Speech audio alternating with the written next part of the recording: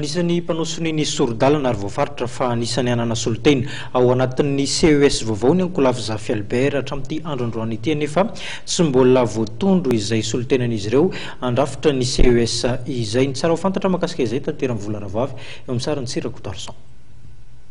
Tsy mbola nanendrolona ho solotena eo anivon'ny CES avy amin'ny ankolafy Zafy Albert araka nambara mitarika ny delegation'ity ankolafy ity. Araka ny fanazavana praministra teo aloha ny Dr Emmanuel Rakotovahiny dia miandry mivaly-teny avy amin'ny filoha teo aloha ny profesora Zafy Albert izy ireo. Nahazo taratasy mihitsy zahay nangataka aminay hoe kendreo ny olona hisolanareo ao anatin'ny CES io. Nefa tsy nanendrolona zahay fa nivaly teninay dia hoe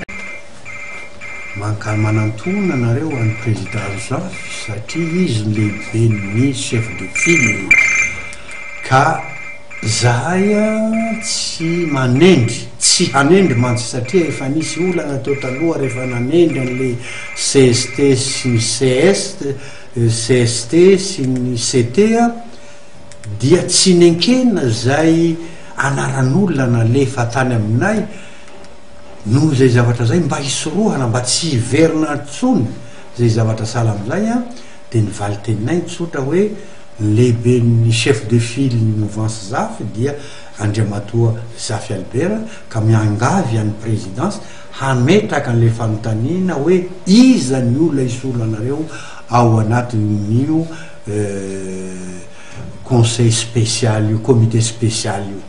Mikasika amin'ny fanambarana izay vao nataon'ny vondrona Europeana farany teo dia manana ny ambarany ankolafy Zafy Albert. Somary mahamenatra ihany zany zavatra zany mialatsiny angamba raha ohatra hoe hiteny ianao be ambopo raha miteny hoe mahamenatra zany zavatra zany fa io zavatra io na inona sazy alatsaka eo ny sazy apetraka eo raha tsy ny malagasy no vonona fandray tanana hoe izao ny tokony ataontsika dia mba miaraka amin'ny ary le hambopo tokony apetraka tokony amin'ila apetraka dia jerena hoe inona no zavatra ataontsika. Ny FFKM moa efa manao ihany nefa mbola tsy hita ny fizotrana amin'izao fotoana zao fa miasa mangina ary zareo raha zao tsy hitako ny hitenena hoe raha tsy misazy dia tsy hanao ninina malagasy ny sazy efa be ange zay sazy ny azo midiasa zay nefa mbola tsy hitako akory zavatra mipoitra eo ka hoia hoe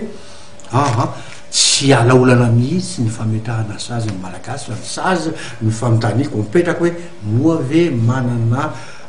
volonté politique atsika malagasy hanarina n'izao zavatra mianjady amintsika zao. Araka izany dia iverin'ity ankolafy ity fa ny fanatontosana ny fifidianana lalam-panondrenana ny laharam-pahamehana ary andrasana ao anatin'ny 420 ora raha nolotra olona ao anatin'ny CES ny ekipan'ny profesora Zafy Albert na tsia.